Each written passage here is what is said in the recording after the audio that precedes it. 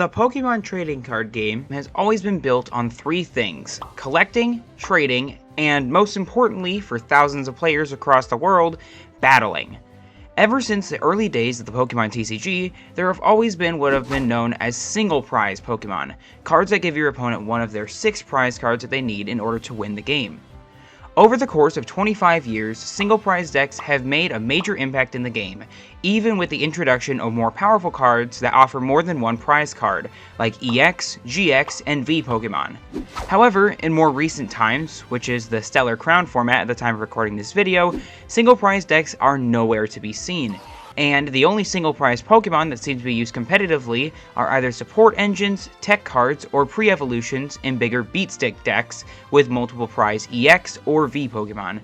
So, what happened? Why don't we ever see any signs of a legitimate single prize deck in the modern meta anymore? And finally, is it even possible to see a resurgence of single prize success in the future? Well, today I'll be explaining all that and more right after this. Before we get started, I would quickly ask you to check to see if you're subscribed. I put a ton of work into these informative videos, and sometimes it gets really tough to make videos consistently as a college student. Your support really does mean a lot to me and the channel, and it helps keep my channel going. Thank you for your consideration, and now on to the rest of the video. In order to understand the awkward situation that single prize decks find themselves in currently, we first need to go back in time to older formats with a healthy balance between single and multi-prize decks. That's right, we're going back in time to older formats to... Now, I'm not going to spend all day explaining every single format. Believe me, this video would take way too long in both its runtime and the ages it would take to edit, but I will point out a few notable single prize decks that were able to healthily coexist alongside bigger multi-prize Pokemon. The first example on our list is the infamous Night March deck from 2015, back during the Black and White Boundaries Crossed to X and Y Roaring Skies era.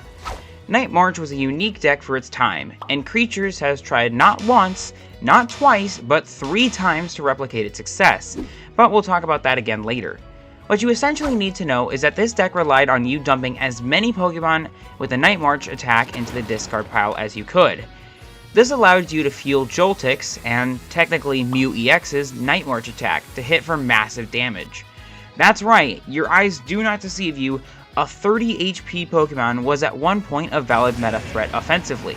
Thanks to incredibly powerful milling cards like Shaman EX, and more notably Battle Compressor, you could quickly discard tons of Night March Pokemon and start hitting massive damage right away. In fact, Night March could deal up to 220 damage if you were able to discard every Night March Pokemon in your deck other than your attacker, easily OHKOing Pokemon EX for multiple prize cards.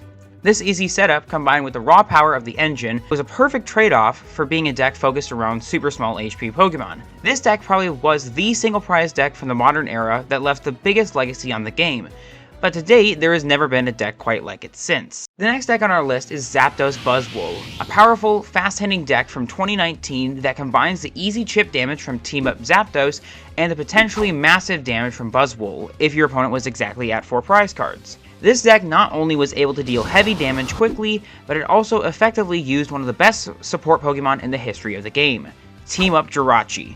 Jirachi allowed you to dig through the top 5 cards of your deck for any trainer card that you wanted at the low price of putting itself to sleep, which was easily remedied by either the Escape Board tool card, which allowed Jirachi to retreat regardless of it being asleep, or any other switching card in the deck.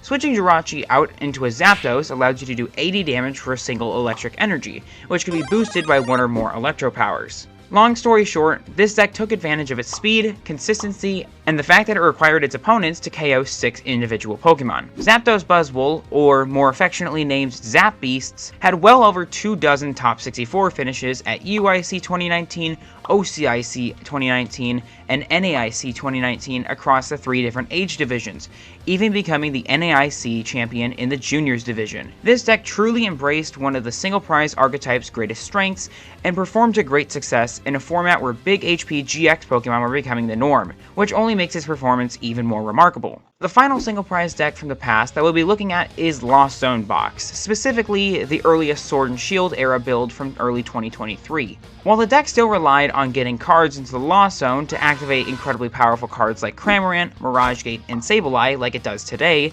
it had a much bigger meta presence right out of the gate compared to the modern day. In fact, things got so bad to the point where people were literally calling for a ban on Sableye due to how much the Lost Mine attack impacted the meta at the time. Lost Box decks usually ran counter-tech Pokemon like Zeraora and Galarian Moltres to counter popular multi-prize decks in the format, effectively making the deck a giant counter box of sorts. However, due to its insane speed, versatility, and adaptability, it quickly took the meta by storm, winning OCIC in 2023 and consistently being a powerful thorn in literally every deck's side as it adapted and evolved with each meta. However, in the current state of the game, it's placed as the 21st most popular deck, a mere shell of its former self, and I'll explain why in just a moment. Now that you've seen a few examples of successful single prize decks, you probably notice a few consistent factors: speed, consistency, and forcing opponents to take 6 prize cards individually. And in a format where higher HP basic Pokemon EX reign supreme, you'd think that this would be a situation where single prize decks could thrive, right? Wrong. With 2 major exceptions, those being Ancient Box and Blocklax, which will be exempt from everything going forward in the rest of the video, the single prize representation in the current metagame is practically non-existent, shoring up at a measly combined meta share of about 5.1%, which, as you can obviously tell, is pretty pathetic and honestly quite sad. But why is this the current state of a historically powerful and impressive archetype? What is causing these decks to be as underrepresented as they are? Well, I think it's finally time to explain what or who is the biggest factor behind the single prize decline. I'd like to introduce the 4 horsemen of the standard format apocalypse. Briar, a brand new supporter card from Stellar Crown that allows Terra Pokemon EX to take an extra prize card if their opponent has exactly 2 prize cards remaining, effectively nullifying one of the single prize archetype's greatest strengths. Dusknoir, a stage 2 Pokemon that is only good for one thing. My main goal is to blow up. Dusknoir can KO itself to allow its player to place 13 damage counters on one of their opponent's Pokemon, which can be used to devastating effects against certain single prize decks. Dusknoir can also be paired with Briar at the right time to allow players to take 3 prize cards in a single turn, which is horrible for single prize decks. Kyurem, a basic Dragon-type Pokemon who looks incredibly awful at first glance, but it only gets better the more you look at the card.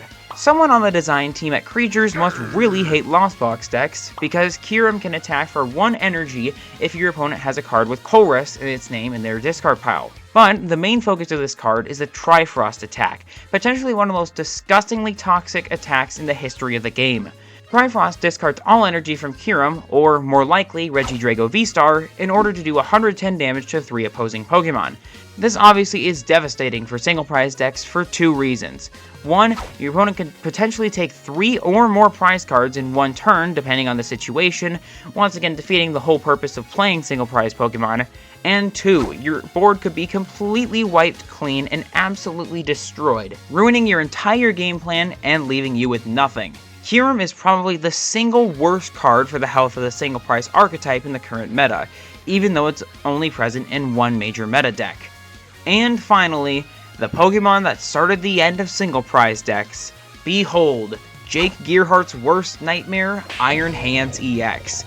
More specifically, the Amp You Very Much attack. This attack only does a measly 120 damage, but allows you to take an extra prize card from knocking out your opponent's active Pokemon, which once again defeats the whole purpose of playing a single prize deck. What makes things worse is that Iron Hands has synergy with literally anything that can play 1 copy of Electric Energy, so it finds itself in a ton of different decks and archetypes, and it can flip a game on its head thanks to the absurd effect of Amp You Very Much. These 4 cards are what I like to call gatekeepers. Cards that can severely punish anyone who wants to play the single prize archetype. With every one of the 4 horsemen allowing for a boost in prize cards, you can see how easy the benefits of playing single prize decks can simply just vanish. What makes it worse is that these 4 cards aren't even used as a counter for single prize decks specifically. In fact, they are specifically there to speed up a game, giving the user a major benefit and or prize manipulation against other behemoth meta decks. Single prize decks just happen to get caught in the crossfire. It's basically like being trapped in a fight between two Dynamax Pokemon as a tiny little Joltik. The big guns weren't meant for you, but they'll shred you apart much easier than their intended target. If you thought that was the end of the list of gatekeepers against single prizers in this format, you'd be gravely mistaken. Some other major threats to the single prize archetype include Radiant Greninja, which can deal 90 damage to 2 of your Pokemon, and Dragapult EX, which can pick off pre-evolution Pokemon like Applin and smaller support Pokemon like Cleffa with ease. In fact, these two cards have essentially forced every deck in the game to counterplay by playing Manaphy to protect their bench, and 70 HP basic pre-evolutions to avoid getting KO'd by a Dragapult. But that sounds a little too fair, don't you think? How about we throw Canceling Cologne and Hawlucha into the mix? You see where I'm going here? For every counterplay option that single prize decks have, big bad meta decks just naturally will have counters to your counters. Whew, that was a lot to throw at you all at once. We still on the same page? If not, I'll give you a brief summary. Basically, meta decks all have different ways to wreck your strategies and speed up the game beyond the point of return, and they can easily work around your attempts at protecting those strategies. It's kinda disgusting, to be honest. Every deck and every player has a mortal enemy. Mine is Drapion V, Jake Gearart's is Iron Hand, and Wolf Glix from VGC is Incineroar. For single prize decks, it's literally anything that can take multiple prize cards in a turn, which is practically unavoidable in the current meta. So as you can probably tell, there isn't really any incentive to play a single prize deck anymore. Power creep just keeps boosting damage and HP of big bad Pokemon EX, but single prize Pokemon have been stuck in limbo with the same-ish numbers and restrictions that they've had for years. There's just no point to set yourself up for failure by playing a single prize deck in the current state of the game. Now that's not to say that you're guaranteed to lose every game. What I'm trying to say is that you're going to have a much harder time winning.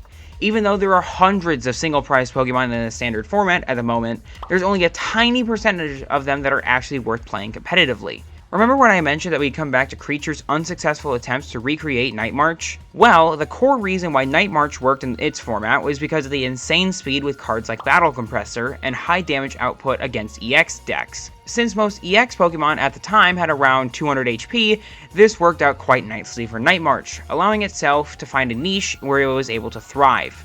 Now, let's compare that to the current Night March clone, United Wings. With an archetype boasting favorable typing against many of the most popular meta decks, and 16 Pokemon to discard instead of just 12, this seems like an upgrade compared to Night March on paper. You see, whenever you're trying to build a deck nowadays, you always have to keep one crucial thing in mind: gatekeepers. We've already talked about the atrocities that Creatures has corrupted the standard format with, but this is usually the point where you have to take a step back and think, is it really worth playing this? Take this example United Wings deck list as an example. Right away, if you're a longtime player, especially recently, you'll see the inclusion of a Mimikyu in it. Any deck that isn't specifically designed to stall opponents that plays a Mimikyu is already losing. If you're relying on trying to win with a sole Mimikyu instead of playing with the rest of your deck, then what's the point of playing that deck? Even if you can look past the demonic Pikachu clone, you can see that there are 3 Pokemon EX in this list. And guess what? That's a total of 6 prize cards that could be out on your board at any given time. Now it is important to note that Night March did have Pokemon EX in it as well, but this was mitigated in part due to the hyper-aggressiveness of the rest of the deck, and the fact that the Roaring Skies format didn't nearly have as many Gatekeeper cards, but I just want to kind of mention that because I'm sure there would be people who mention that anyways. Plus, the damage output for United Wings is lackluster anyways. For example, let's say that I wanted to one-shot a Charizard EX by using Murkrow as my United Wings attacker. In order to do that, I would need to have literally every other United Wings Pokemon in my discard pile. I'd also have to have a Binding Mochi attached, and I would have to use Pecharunt EX to poison the Murkrow to give Binding Mochi the damage boost. Congratulations, you just took 2 prize cards. Now, watch as your opponent uses Rare Candy into a Charizard EX, attaching 3 energy to their Pokemon with Infernal Rain, and then they use Boss's Orders on your Pecharunt EX to take their last 2 prize cards. Hooray! Now GG's, sign the slip. This once again loops us back to the argument of why you shouldn't even bother playing a single prize deck. Trying to balance single prize decks to interact in a healthy manner with each other is like giving babies pillows to hit each other with. But when they try hitting their 12-year-old brother, they're met with an automatic Nerf gun and shot at point-blank range. Disclaimer, in no way am I inciting violence against babies, or anyone for that matter. Please do not shoot anyone at point-blank range with a Nerf gun, because those things really do hurt. The one other example that I'll give is the Festival Lead deck from Twilight Masquerade. Every once in a while, creatures will try to shoehorn an entire archetype into the format within the confines of one singular set. This is exactly the case with Diplin, a really cool Pokemon that can potentially attack twice if you have the Festival Grounds Stadium card in play. However, as you can see, there's a few obvious weaknesses that are noticeable right away upon a first glance. The first weakness is the complete reliance on the Festival Grounds Stadium. Both Diplin and Thwackey require it in order to work effectively, and with the amount of Area 0 underdepths, lots of vacuums, and other stadiums in the format right now, it's really difficult to keep one in play. The second weakness is how low literally every Pokemon's HP is in this deck. 3 of the 4 Horsemen Gatekeepers, and both Radiant Greninja and Dragapult EX can absolutely feast on these tiny little guys for tons of extra prize cards. The final weakness is the reliance on evolving. If you miss out on going first, all of those small pre-evolutions are incredibly vulnerable, and if you do go first, your opponent can stitch together some crazy counterplays in exchange for maybe one prize card you can get for attacking first. There's literally like 0 ways for decks like Festival Lead to win against the meta. Now, on the contrary, sometimes a single prize deck will do well in a tournament. These are anomalies. Either the player or the deck was incredibly lucky, they found a good build to counter the specific meta for the event, or they're just incredibly skilled at the game. And while it's definitely cool to see smaller decks succeed, it's just improbable and super rare. For every victory with a single prize deck, there's bound to be a dozen losses. That's not actually a statistic, it's just something I came up with. So, after all of this, is there even hope for this bruised, battered, and obliterated archetype? Will single prizers ever see the light of competitive play again? Well, I actually think the answer is yes, but there is a huge asterisk. There would have to be some major changes to both the single prize Pokemon themselves and the cards and other decks affecting them. First off, the format would need to get rid of most or all of the current Gatekeeper cards. This is definitely a ridiculous proposal, of course, because in a multi-prize vacuum, these Gatekeepers are somewhat balanced, keyword here being somewhat. Secondly, creatures would have to do something that it hasn't done in a long time. Buff single prizers' damage output, with less absurd drawbacks. As I mentioned earlier, 99% of single prize Pokemon have lackluster moves that'll never be able to stand up to big bad decks like Charizard or Dragapult. By boosting damage, the single prize meta and the Gym Leader Challenge meta would become overrun with big dumb beat stick cards.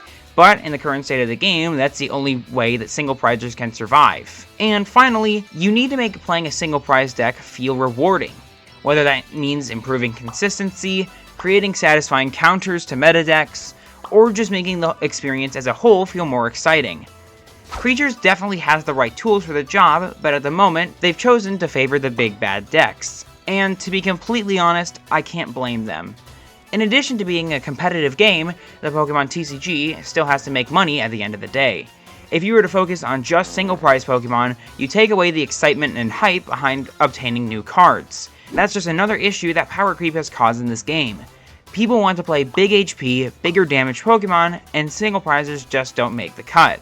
Unfortunately, the single future prize decks looks bleak, with every Gatekeeper card except one sticking around until the next rotation, which likely won't be around for another 2-ish years. And with new gimmicks and insanely powerful cards always around the corner, it seems that single prizers will continue to receive nothing but the cold shoulder. Single prize decks are a thing of the past, and most likely will stay there for the foreseeable future. Until next time, have fun out there, and please just play a regular deck.